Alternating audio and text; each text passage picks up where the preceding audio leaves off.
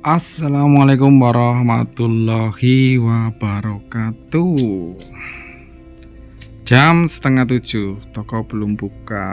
Toko saya bukanya jam 7, tutup jam 8 malam.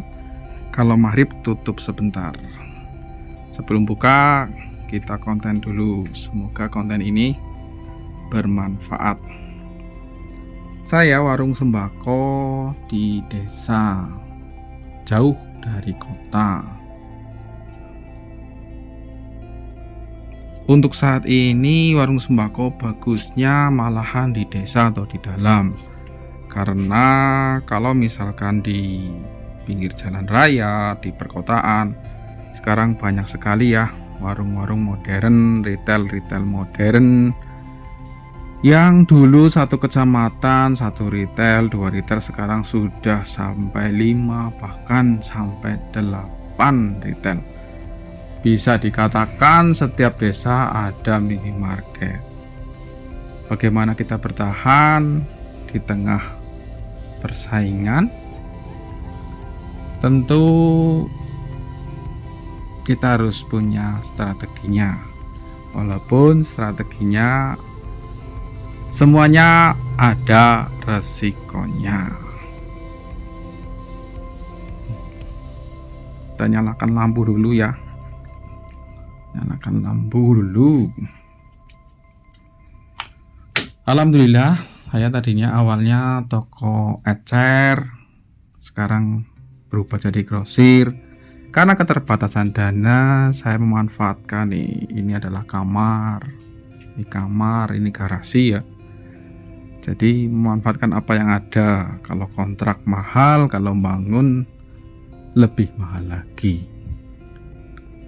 Jadi langsung saja rahasia toko rame di desa, kita punya pembeda tidak seperti retail yang besar yang punya modal kuat. Modal kita dicadangkan dan dikuatkan saja untuk strategi hutang, memberikan hutang kepada pelanggan. Ini adalah catatan hutang pelanggan. Saya catat di sini agar mudah. Tuh yang sebelah sana juga ada ya. Jadi strateginya kita harus memiliki modal yang ya sedikit lebih, dalam arti ada uang yang tersimpan, jangan dipakai untuk belanja, untuk perputaran hutang dagang. Kebanyakan yang beli tempat saya selain pelanggan konsumen pribadi, banyak juga orang usaha, UMKM, pedagang kaki lima. Sehingga di sini kita benar-benar diniati ibadah ya. Karena memberikan hutang pahalanya besar sekali, bisa melebihi sedekah ya. Walau aklam ya. Jadi intinya kita di samping jualan juga diniati ibadah. Wah, nanti gimana mas kalau tekor ya? Ya enggak lah.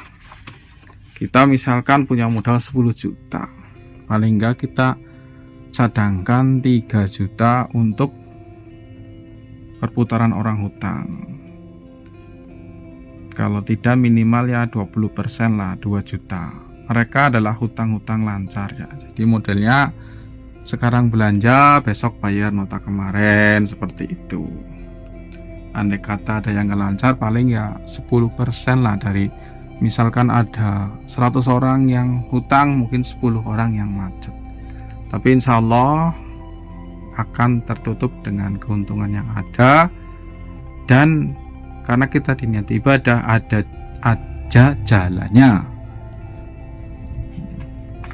Ya kalau kita bersaing dengan kayak minimarket yang modalnya besar, swalayan, tentu kita nggak akan kuat ya. Tapi kan mereka harus cash ya. Kita strateginya piutang. Wah, ini banyak banget ya catatannya ya. Ini saya menggunakan menggunakan kalender dibalik seperti ini. Ini ada yang di tembok. Tapi kalau yang modelnya banyak, ada juga yang pakai buku pramuka. Nah seperti ini, pakai buku seperti ini. Ini yang misalkan pengambilannya biasanya bayarnya mingguan atau bahkan nitip-nitip, jadi harus pakai buku gitu.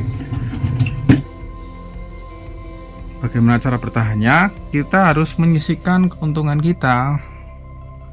Misalkan satu hari untungnya 150.000, yang 100 kita bisa buat belanja, yang 50.000 kita cadangkan untuk piutang orang dan menambah barang dagang, dikumpul-kumpulin, jadi kita nggak perlu nambah modal lagi ke depannya. Nih, kayak gini.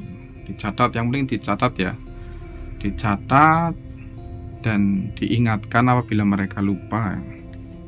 Tapi syaratnya tidak boleh menggunakan kata-kata yang keras, santai saja. Soalnya kalau kita menggunakan kata-kata yang keras, nanti cerita kemana-mana, jadi warung kita nggak bagus. Diingatkan saja, kalau bayar alhamdulillah, nggak bayar ya alhamdulillah.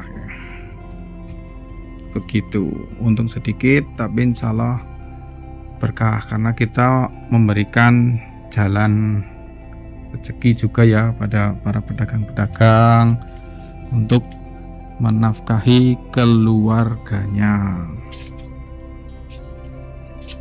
Dengan memberikan hutang, kita memberikan kemudahan bagi mereka untuk berdagang, untungnya bisa untuk keluarga. Yang penting kita kuat di manajemennya, perputaran uangnya ya. Jadi modalnya, misalkan teman-teman punya modal 10 juta, dibelanjakannya 8 juta saja, 2 juta untuk cadangan orang berhutang. Itu udah jadi kewajiban, ibaratnya sudah menjadi kebiasaan lah toko-toko warung-warung di desa.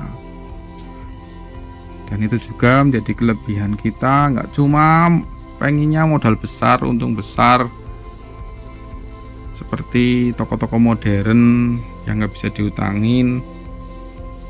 Nah, kita ada pembeda lah, sebagai toko tradisional kita punya nilai mencari untung juga mencari keberkahan dengan memberikan kemudahan kepada makhluknya Allah bernama pelanggan. Demikian strategi memberikan hutang kepada pelanggan. Semoga bermanfaat. Assalamualaikum warahmatullahi wabarakatuh.